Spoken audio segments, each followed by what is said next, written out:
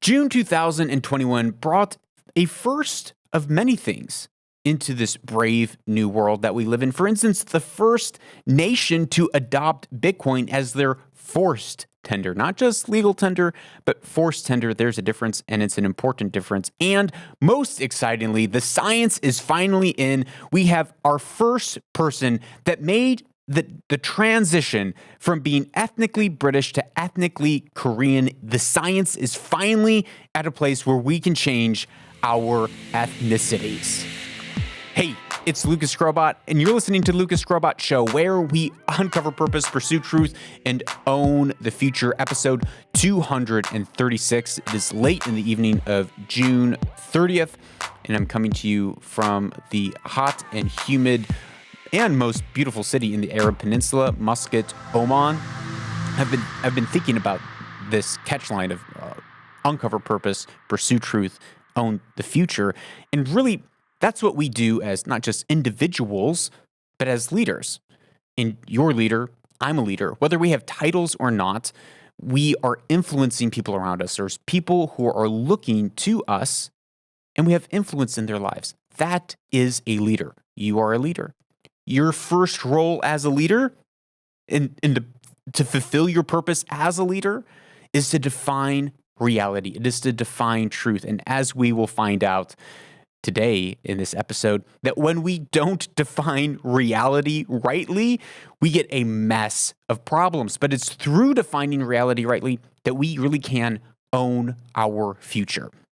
Now, this show is brought to you by listeners and leaders like you. Now, if you get value out of the show, and I assume that you do because you're a smart person, and you wouldn't listen to something that you're not getting some sort of value out. Well, you can actually help produce the show by giving value back to the show and the value that you get out of the show. Now, whether that's $1 an episode, $1 a minute, that's up to you. You can define that value, but you can give value for value by listening on a value-friendly podcast app. You can visit newpodcastapps.com, and you can find a podcast player with the value tag in it. I personally like to listen to podcasts on the Breeze app, and there's other apps like Podfriend, Sphinx, and Podstation, where for every minute that I listen, I stream, half a cent or 1 cent or 2 cents, and that causes me to be more engaged. And I like knowing that I'm supporting the creators that I am listening to. Another way that you can give value to the show is by visiting the website Lucas Skrobot, clicking the appropriate button, and giving hard, cold fiat. Now, speaking of fiat and streaming of Bitcoin on the Lightning Network, that brings us to the first segment of today's show, where El Salvador made Bitcoin not only their legal tender, but forced tender. Here is Nayib Bukele making the announcement at Bitcoin 2021. That is why next week I will send to Congress a bill that will make Bitcoin a legal tender in El Salvador. In the short term, this will generate jobs and help provide financial inclusion to thousands outside the formal economy. Now, this is quite an astonishing and bold step to take, adopting Bitcoin as their financial currency. Now, El Salvador is backed by the US dollar. They adopted the US dollar after their currency failed. So they've been running on the US dollar, which has been since 2001, which has been a great thing because compared to other nations in South America, they have not experienced a lot of inflation. But on June 9th, when they passed this law, a lot of economists were shocked, surprised. Some people were actually very excited because what Bitcoin represents to many people is decentralized ways to interact peer-to-peer without a central bank in the middle. It's a way that people can operate freely, they feel. But it's a very libertarian idea, and Bitcoin even came out of libertarian philosophies. But when they put this law into place, Article 7 of the law says, quote, every economic agent must accept Bitcoin as payment when offered to him by whoever requires a good or service. In other words, Bitcoin is to be not just a legal tender in El Salvador, but a compulsory one.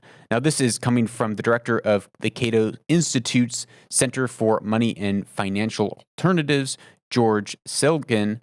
And the Cato Institute is very much a libertarian institute. They focus on libertarian ideas. So here they're saying, wait a minute, this isn't in line with libertarian ideas. This is in line with compulsory ideas. He goes on to write, forcing businesses to accept some particular money is both unusual and utterly at odds with the Hayekian philosophy that led to Bitcoin's development and caused so many libertarians to embrace it. Why, Hayek asked, should we not let people freely use money that they want to use? He goes on and says, I have no objection to governments issuing money, but I believe their claim to a monopoly or their power to limit the kind of money in which contracts may be concluded within their territory to be wholly harmful.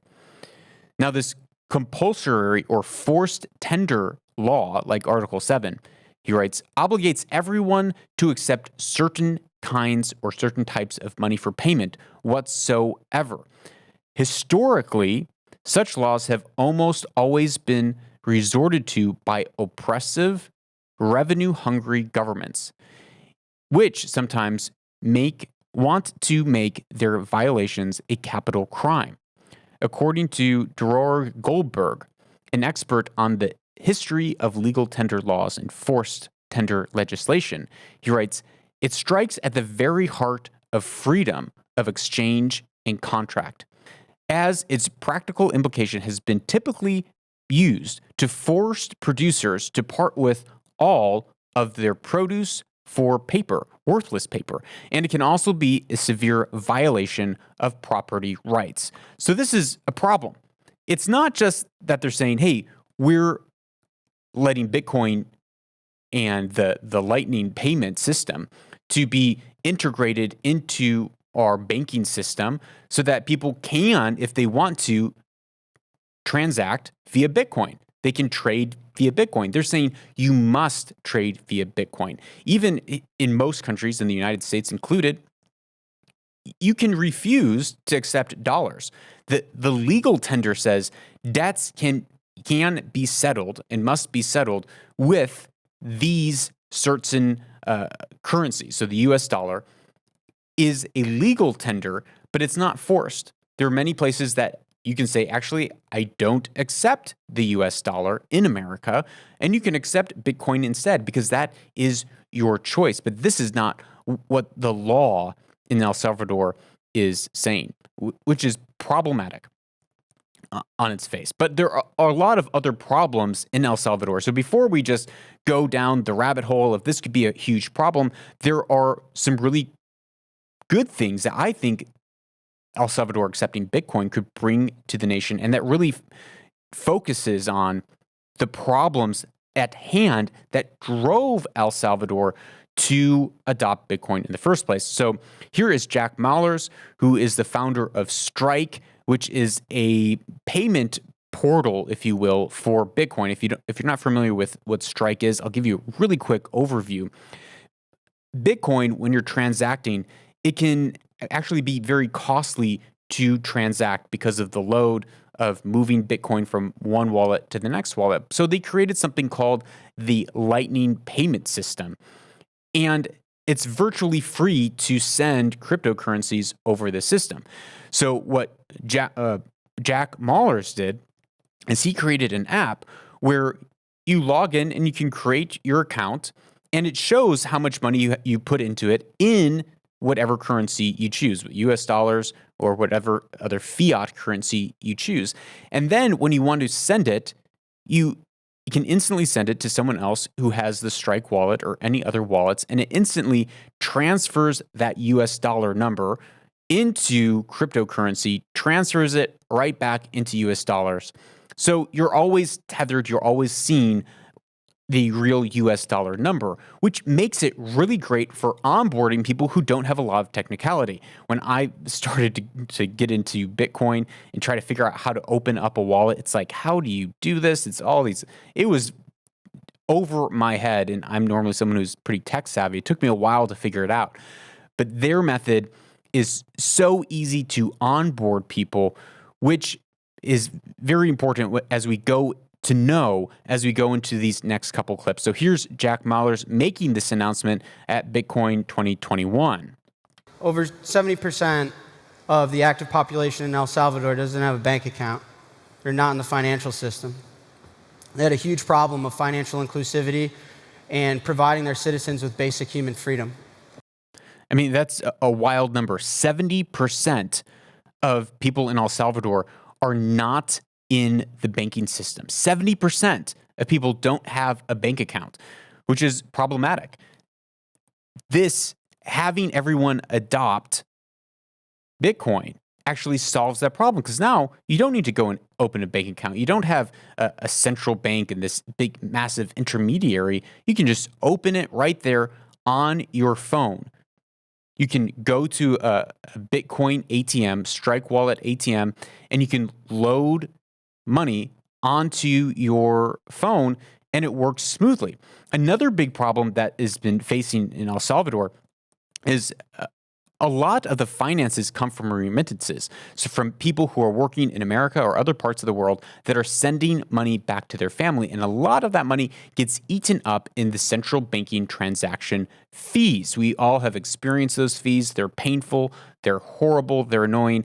And adopting the Strike Wallet or adopting Bitcoin can greatly reduce those fees and make it really easy for people to instantly get money straight to their phone, and then they can go to the store with their phone and buy produce. So here's Jack Mallers again discussing some of these problems, but he goes into this story that I think really, it touched me, this story. I really enjoyed this story about this young man, and it really paints the picture of what is happening in El Salvador, and it's happening in many other places of the world. There's a guy, his name's Chimbera, and I spent a few days with them. It was my first week there. He sat me down, and he said, my grandfather was a fisherman, and my dad was a fisherman, and I thought I was going to be a fisherman. I'm not like you. You got a Chase bank account. You get a debit card. I fish. Nothing more, nothing less. Until Bitcoin, man, I got hope. I scan the same QR codes you do. When Bitcoin goes up 10%, Michael Saylor makes a lot of money. So do I. Chimbera's never had a bank account, but he's got a Bitcoin wallet. Chimbera's never had a savings account, but he's got a hardware wallet.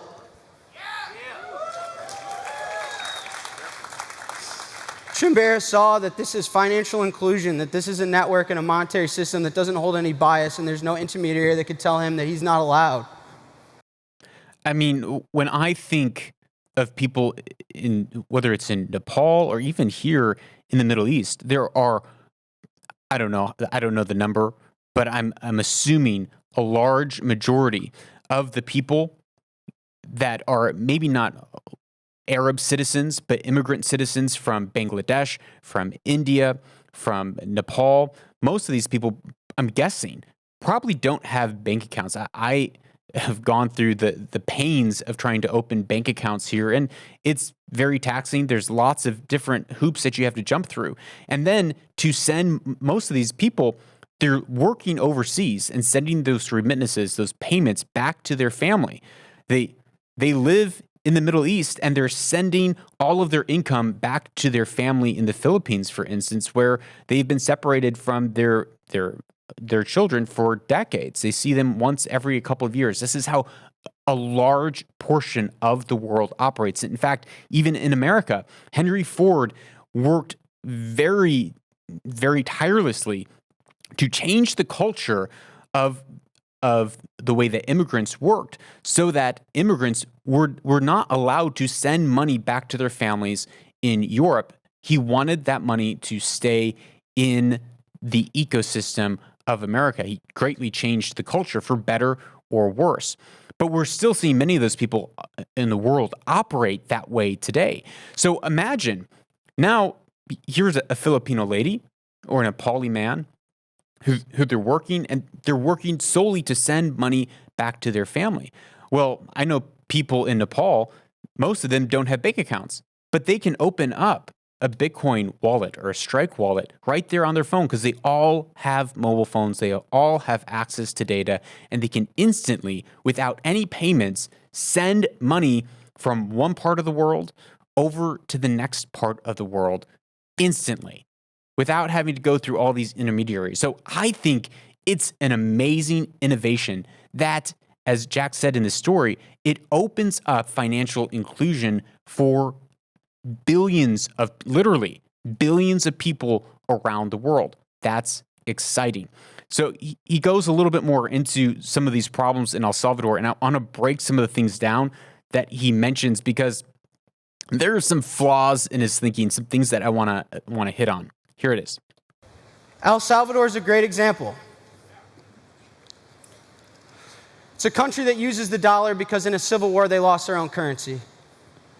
It's a country where over 20% of the GDP is inbound remittance. It's a lot. It's how capital is influx into the economy. Crazy. However, of that GDP, fees can be upwards to 50%. And the true crime is that there's over 2 million Salvadorians that live in the United States. And people are leaving because of the economic instability and the lack of economic support. So that's arguable whether that is the true crime. I can understand maybe what he's trying to say there is the true crime is that the nation is in such a state that Salvadorians don't want to live there, and it's in desperate need of reformation. So maybe that's what he's trying to get at.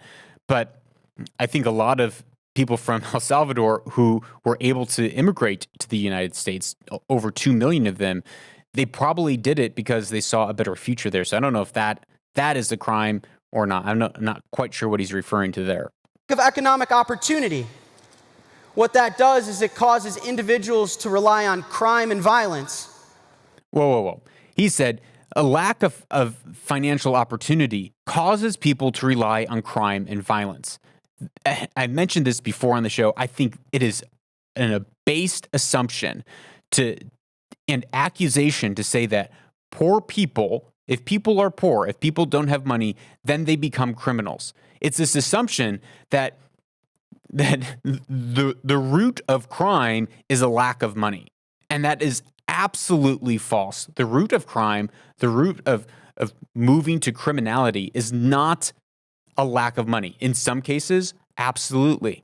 But we know there are a lot of people in the world who have a lot of money and they are still using unequal balances, and there's still corruption in the highest levels of governments all across the world. So it's not, in these cases, people aren't being driven to crime because they don't have money. It's because of the sin nature, the greed in our own hearts.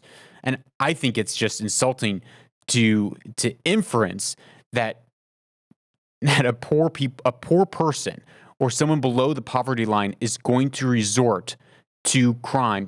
It's making this vast assumption about their moral, ethical character, and I think it's insulting. Just so insulting. And it ruins the security of the country. And it's generated a tremendous immigration problem. But if you rewind those steps, if you can fix the money, you can fix the world. Okay, this line, I've thought about it for a while. If you can fix the money, you can fix the world. That is, if you believe that money is God.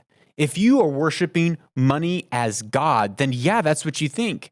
If you think that everything in the world is broken because of some sort of monetary system issue, then that is what your worldview is going to stem from. But I do not believe that if you can, quote unquote, fix the money, you can fix the world. Otherwise, well, we should just send money to everywhere in the world and then things will be fine.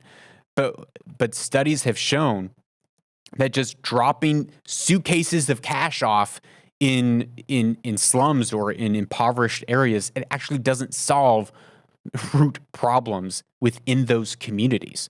So again, I disagree with that statement.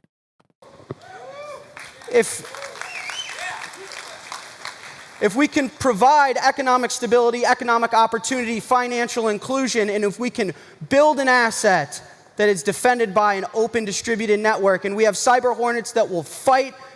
I want to know what a cyber hornet is. If we have cyber hornets, if someone can send me a photo of a cyber hornet, that would be great. On that hill and die on that hill and protect it, and we can fix that, then they won't have to resort to crime and violence. And then here again, it's saying that these people are forced to resort to crime and violence because of these financial issues. And I think the cart is before the horse on that one, and it's making a horrible judge of these people's characters. And by I say these people, I mean people below the poverty line. You're saying that people below the poverty line are going to be driven to crime. I just do not believe that that's true. I need to find statistics on that, but I don't think that's true. They won't be subject to the intermediary financial system that's taking 50% of their remittance. This I agree with. They won't have immigration problems, and they can love the country that they were born in. Yeah, the central bank controlling and taking a cut of every transaction, it's just that I do think is ridiculous, which is one of the beauties of the blockchain. This is one of the things the blockchain solves, and blockchain isn't necessarily cryptocurrency, but blockchain is a ledger that cryptocurrency operates on. And what blockchain has been able to do for the world is it creates trust between two strangers who don't know each other while maintaining those strangers' anonymity.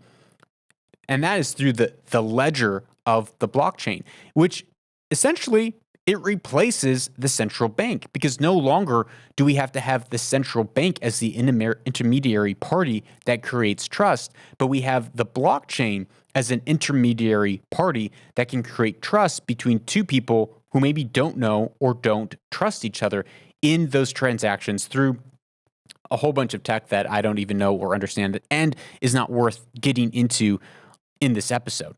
But there's a few economists who are really pushing back on this. And again, they're pushing back not because it's just cryptocurrency, but they're pushing back because of the forced tender. Here is Steve Hanke of, again, the Cato Institute, who's also a professor at Johns Hopkins University. Here's a clip by him. Let's talk about El Salvador, because they actually have a law. And if you read the law, it's an extremely authoritarian law. You have a lot of these libertarian folks swirling around in the, as you call it, the Bitcoin ecosystem. And in fact, they're true believers and fundamentally a little authoritarians. And that law, Article 7, is not a legal tender law. It is a forced tender law. It's like the old Soviet code. It's like military occupation codes, where a buyer and a seller aren't free to decide what currency they will use in transactions. And legal tender, by the way, is only restricted to the payment of taxes and settlement of debt, not day-to-day transactions. And Article 7 in El Salvador is focused specifically on day-to-day transactions. And that's the big thing. Legal tender is narrowed to the paying of taxes to the central government and the paying of debts, not day-to-day transactions. There's an argument that's floating around about El Salvador saying that, well, if this is such a great deal, then why did they mandate it? Why didn't they just help people on board and say this is a legal tender, but it's not a forced tender if it is such a good deal? And they're getting a ton of blowback from this already from inside the government. And of course, there's a lot of other countries right now in South America that are looking to adopt cryptocurrencies as well into into their central government. But it's not quite. There's this list right here that I'll read through. It's Paraguay, Panama, Brazil, Mexico, Argentina.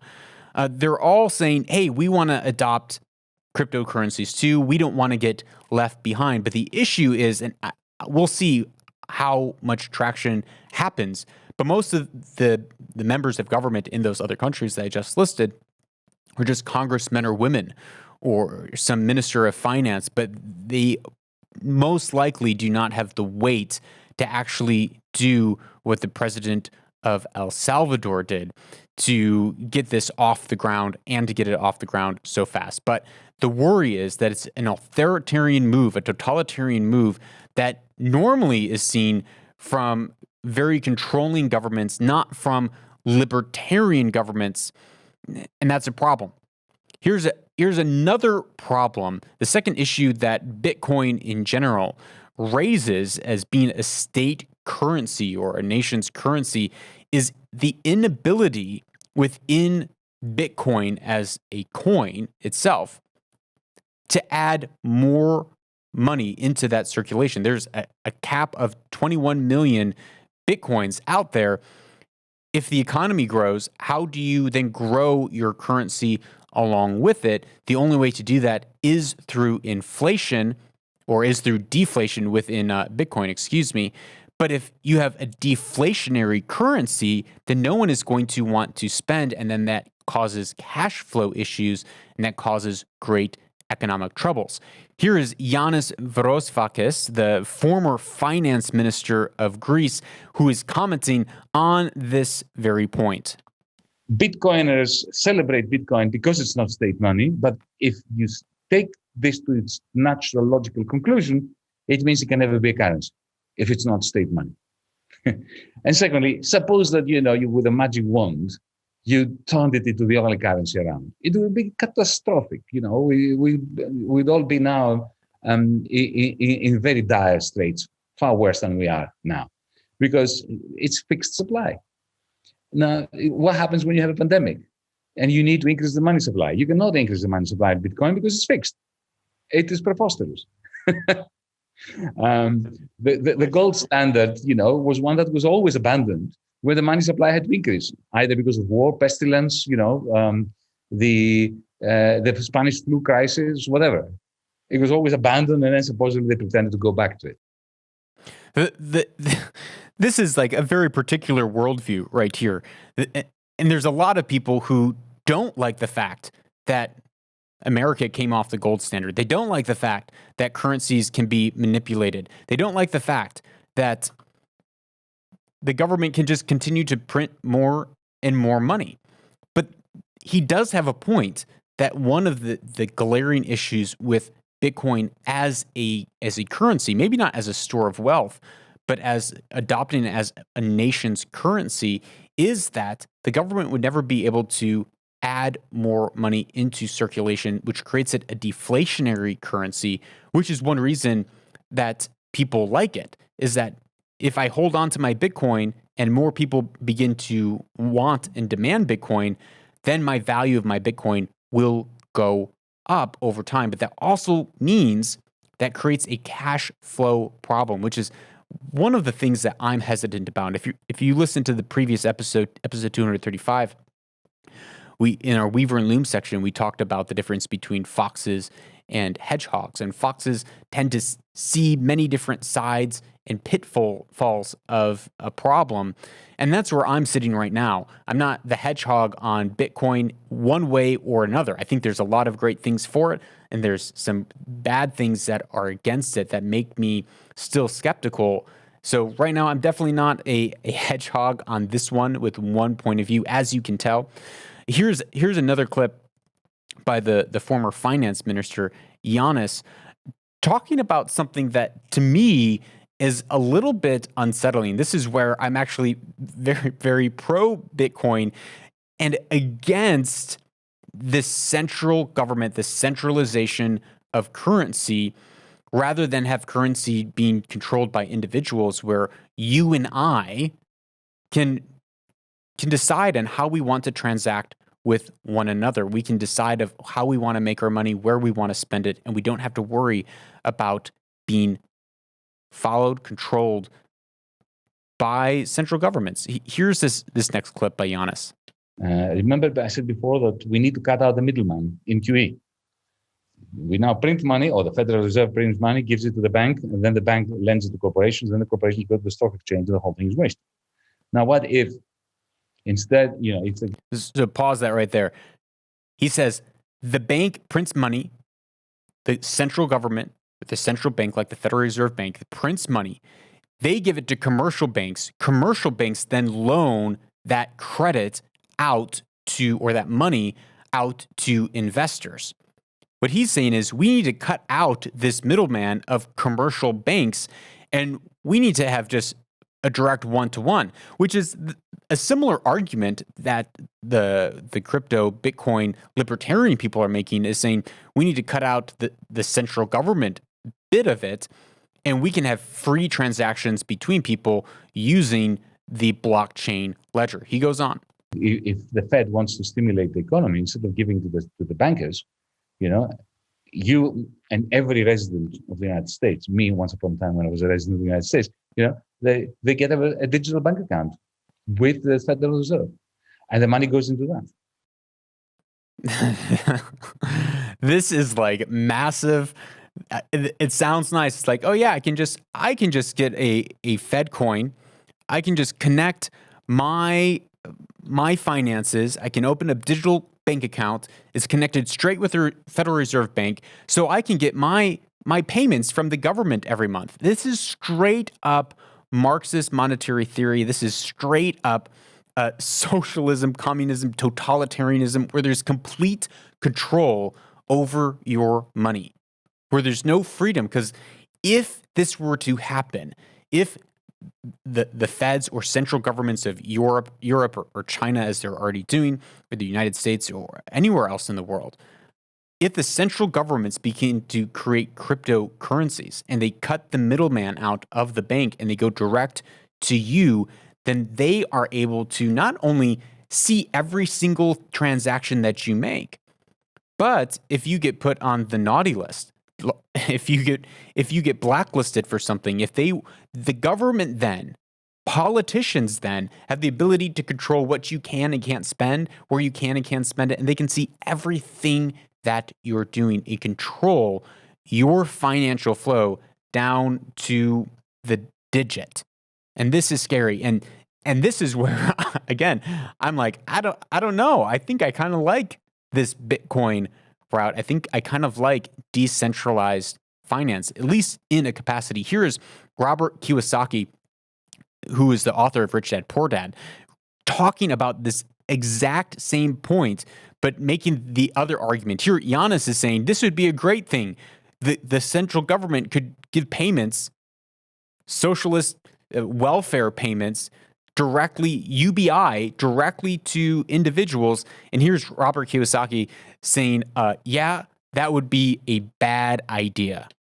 Because the reason I like crypto, the reason I buy Bitcoin and Ethereum and all that stuff is I don't like the Fed. When I talk to most of the young guys, they don't like the Fed either. But the problem is, and this is why you've got to be smarter, is that the Fed wants to take this out. Yep. The European Central Bank, the ECB, wants to take it out. The Bank of Japan wants to take it out. The Bank of China wants to take it out. So that's why you crypto guys, you've got to be smarter today. You don't just sit there and go, oh. So you crypto guys, you got to be smarter, because what possibly, it hasn't happened yet, is a Fed coin or a yuan coin, a Chinese coin. China will probably have it before the US. And it's already happening in China. And there'll be a European coin. And they want to destroy Bitcoin. So you guys in Bitcoin, you've got to be smarter. So as it's coming down, like I said, I'm still going to buy more, but when it passes 27,000, I'm going to back up the truck. Which means he's going to really invest as it comes down, because he actually believes in Bitcoin as an asset, as a store of wealth. He continues, but he's making the point that these central banks, they do not like Bitcoin because they have no control. They have no control in this system. It's like I did when it passed 9,000. The bigger thing here is this. This is the future. This has not happened, but it might happen. If there's a Fed coin, they're going to get rid of the commercial banks. And this is exactly what Yanis was saying in a positive way. Why don't we just create a Fed coin and then we can cut out the commercial banks? But what the point that Robert Kiyosaki here is making is if you cut out the commercial banks, then all of the real estate and entrepreneurs, they go to the wayside because now we move to universal basic income and the government controls your life. You see, the only way the money can go into the marketplace right now is the Fed prints money. They give the money to commercial banks like U.S. Bank and Bank of America and Wells Fargo, and they lend the money out. But if the Fed coin comes out, they don't need these banks. And the only way somebody could get money, they got a credit card, real estate, or a student loan, right? If there's a Fed coin, Wells Fargo is gone. I'm not saying this is going to happen. This is my prediction of what might happen. Don't say I'm saying it's going to go out and all that stuff, you know. If they go to a Fed coin, these guys are gone. We go to pure communism, which is, I think, the intention. That's why Kamala Harris is going to be the next president. Or MMT, you know, it's Marxist monetary theory. That's my prediction. I'm not saying it's going to come true. If you say, well, I said that, it's not true. It's a warning, though. And what that is called is totalitarianism. Aha. It's beyond Marxism. They control your thoughts. They control your breathing. They control your injections. They control your money. They control how you get your money, how much you make, where you're spending it, where can you travel. They'll know everything about you. Man. It's called totalitarianism.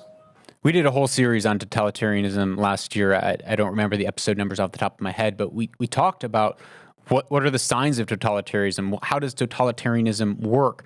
Our episode with Dr. Michael Ignor, he talked a lot about totalitarianism.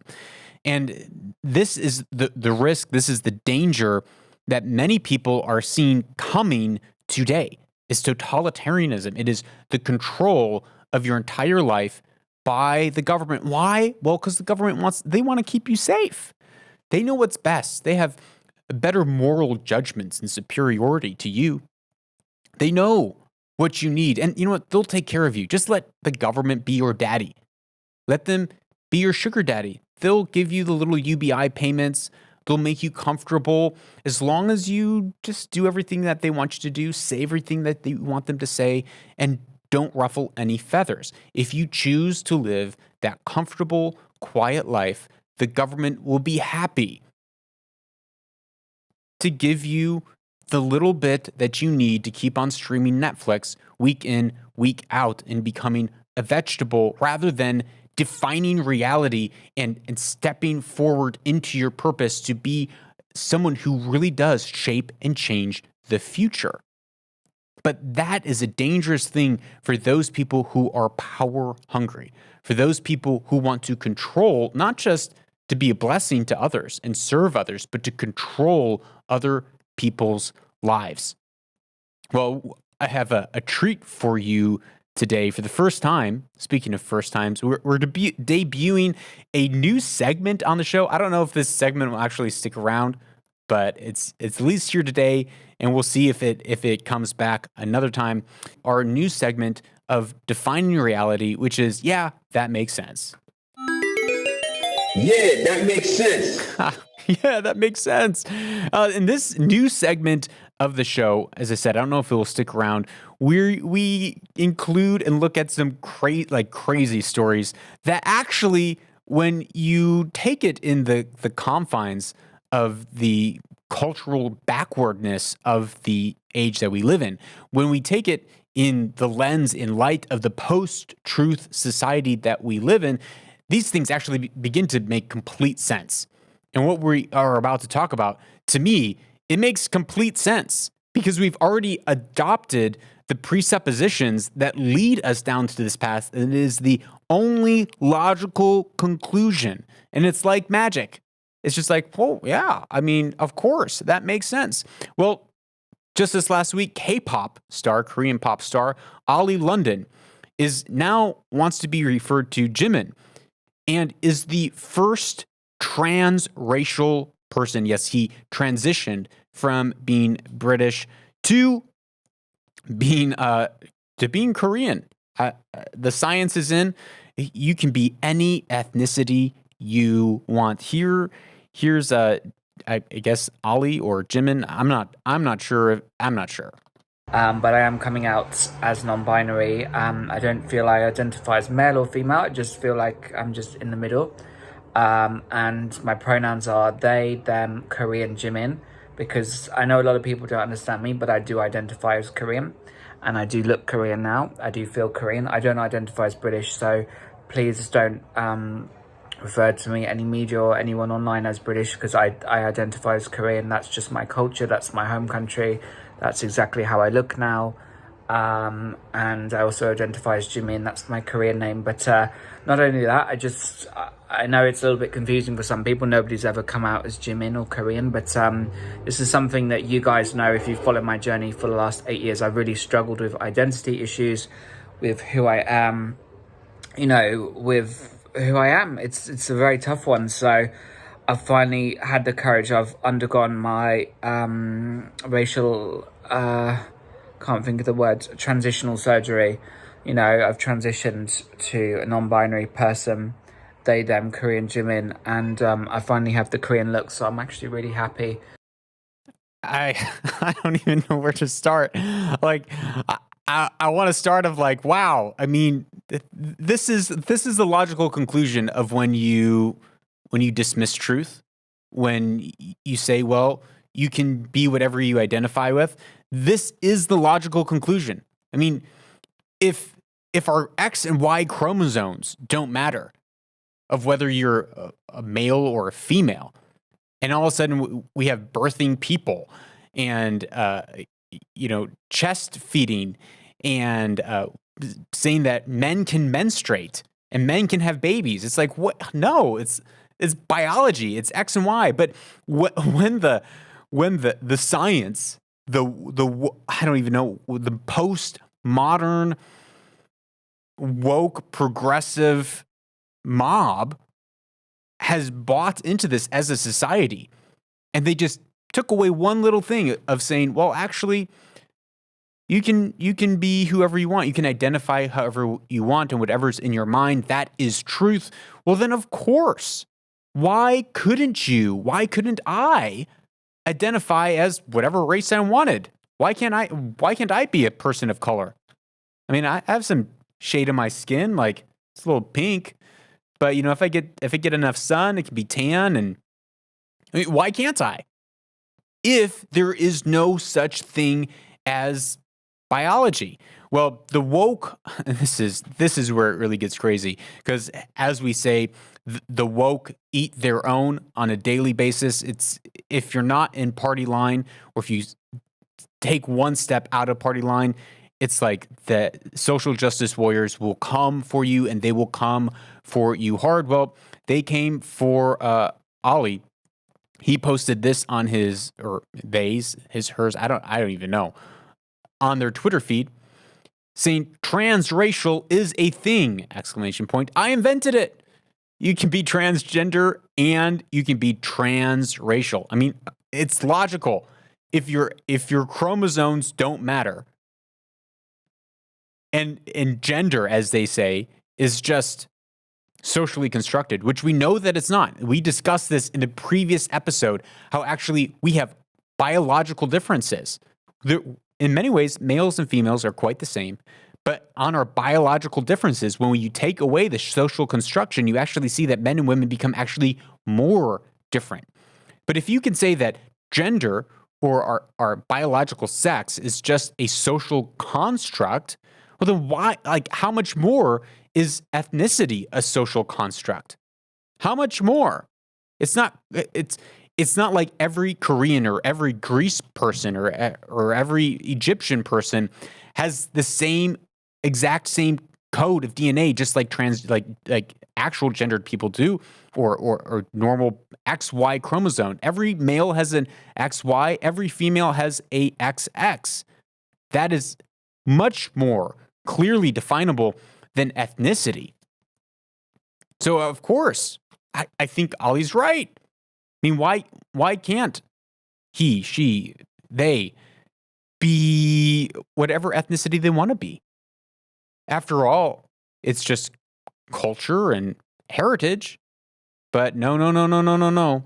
He goes on to this tweet. He says, live your life to the fullest, be who you want to be, and spread love. Well, the love was definitely not spread. This is the first comment by, I don't know, some troll, Kaishna, replying to Ali London TV.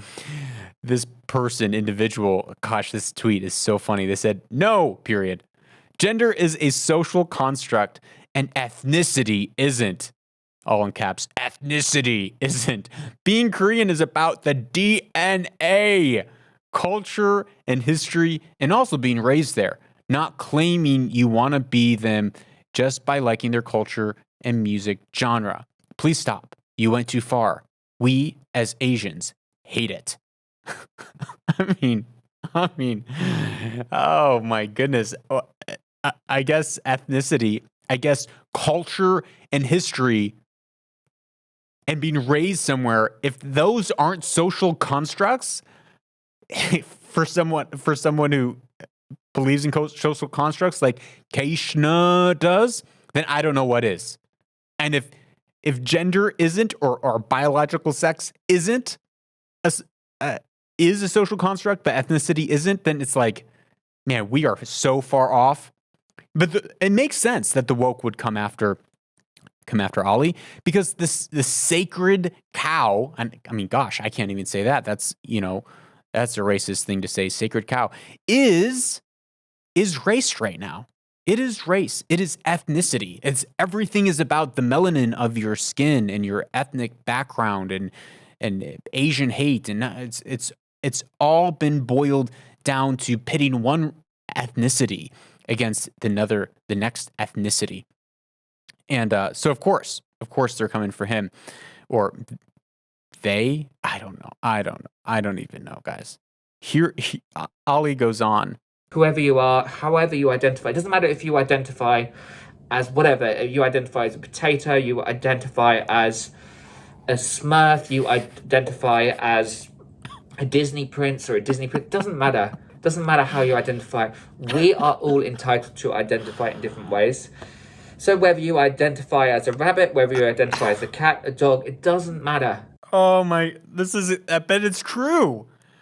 Oh my God. I mean, a potato, a Disney prince. I mean, but it's true. What he's saying is true, not because it's actually truth, but when you take away the fact that there is such a thing as objective reality, that there is such a thing as objective biology, there is such a thing as a clear ethnic bloodline of your heritage. When you take that away and you say that actually it's all relative, actually there's no such thing as objective truth, actually be who you want, identify who you want, and what's the world to say different? And if they do say different, well, they're just a hate-filled person. When maybe we're saying, no, I think you have some deeper issues that need to get sorted out. And this is where I go to the sad part, the part where I actually get heartbroken is, in this clip, the previous clip, I don't think I cut it, but he said that he's gone through 18 different surgeries to finally look the way that they want to look. He wants to look. To feel that they are fit right in their body, beautiful or loved or accepted in their body. 18 different surgeries. And that is really heartbreaking, the level of discontentment that people have with how they were created, how they were made, the level of, there must be, I don't know, trauma or something. That, to me, points to there are real, deep issues that need to be solved and healed. And it's not going to come from having a different appearance on your face. It's not going to come from having a different shape of a nose. That is it's surface level, and it doesn't fix the deeper root issues that are going on inside of a human being, inside of each and every one of us. But this is where this next clip is the exact point where we fall off the wagon, where we fall off the path of truth and being able to define reality coherently, which causes someone to say, if you identify as a dog, so be it. If you identify as a potato, like, it doesn't matter. Be who you want to be. This next clip is the exact point that we fall off that path. Whatever's in your heart, that's the truth. So please stick to that, okay, guys? Whatever's in your heart, that's the truth. Whatever's in your heart is truth. Stick to that. That is where we have gone wrong as a society. We have lost the moral plumb line. We have lost truth. We have lost objective reality. We have lost reason and logic and coherent arguments and understanding. And I don't have a better word for it, but it's pathological and it's heartbreaking. It really is heartbreaking. And when we break that reality, when we do away with that undergirding of reality and of society and of individuality, then yeah, we become very, very, very confused, because now every little feeling, day in, day out, pushes us to, well, then who really am I? Who am I? Who am I actually created to be? Maybe I was supposed to be something else. I don't know. That's heartbreaking. It's just heartbreaking. Well, one last clip. This last clip by Ali. Oh my goodness. He goes after that woke mob that is after they. It's after the woke is after they. I want to speak up against woke culture. I want to speak up out against, woke people, because this is not right. This behavior is like literally out of control. Like, these woke people are literally like animals on Twitter. It's so crazy. Woke people, this is for woke people. Woke people are always preaching about different things. You have to pull a statue down, you have to do this, you have to do that. They're always preaching about something. They get offended about everything. You're actually hypocrites. It's hypocritical to be doing this. Hypocritical to be trolling someone. Like, get a life. The only people that need to be cancelled is the woke people, because they are so dangerous to freedom of speech in society. It is literally unreal. I just had to include that clip. That clip just made me laugh so great. And it's honestly, I don't know. The person is right. The non-binary individual in this clip is right that it's so hypocritical. I mean, haven't we been hearing that, trans lives matter? Like, isn't the whole woke movement about supporting trans? Like, hasn't this whole Pride Month of June been about, you are perfect and special just as how you are?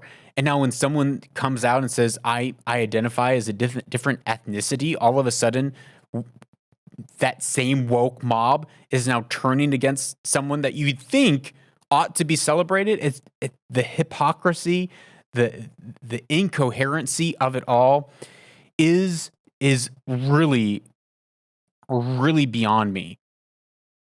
Just unbelievable.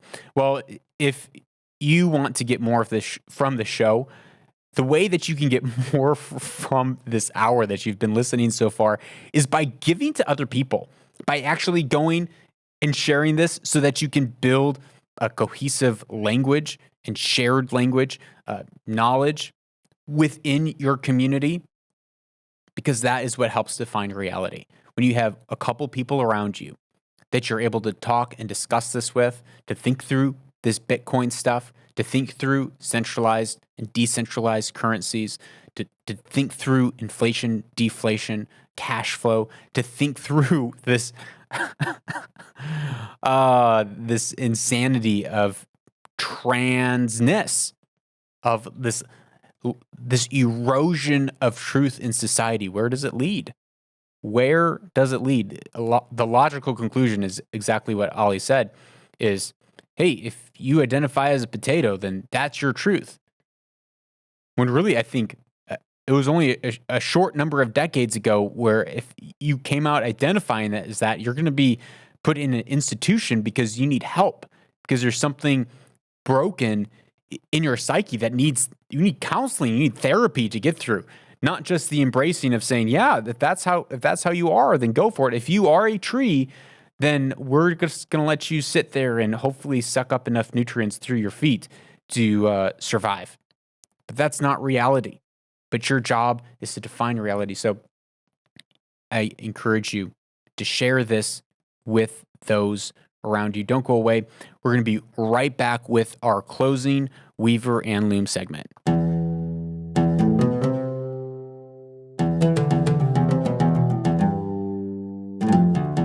Welcome back to Weaver and Loom, a part of the show where we take ancient wisdom and weave it in with our everyday lives so that we can own our future and weave our destinies. And today's quote is, I think we've already done this quote in this segment before, but it's so fitting. I couldn't do anything else. By Aristotle.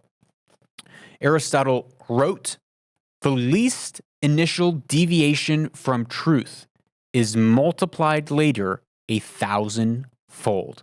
The least initial deviation from the truth is multiplied later 1,000-fold. And that is what we're seeing, ladies and gentlemen.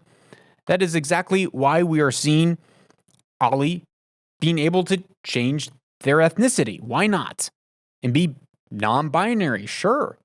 If there is no objective truth, if the moment that little piece breaks off, yeah, it's going to be multiplied 1,000-fold. And sure, if you can become a different ethnicity, different gender, as they say, there's, you see those clips and you ask, well, how many genders are there? It's like, well, there's 1 million. There's just 1 million combinations. You could be anything. It is the logical conclusion. And it's the same thing that we see when it comes to the Bitcoin in El Salvador. One little deviation of its now forced tender, that could actually have rippling effects for that nation in a very bad way. Because it's just a little off. And you have to question, well, if the system is so good and if people want it so bad, wouldn't they naturally adopt it? Why do you have to force it? Which that causes people, economists across the world who are libertarian, who are pro-Bitcoin, to wonder and be like, I don't know if this is a good idea. This seems a little too authoritarian to me. Well, that's all for this episode. I hope you enjoyed it. I hope you had a couple good laughs with me. Remember, you are someone that goes out and defines reality. You make sure that you're not deviating one little step from the truth. And when you do, that's when you repent. Like, that's when you turn from those wrong thoughts and you realign yourself with truth, because that is the way to uncover your purpose. And that is the way to own the future.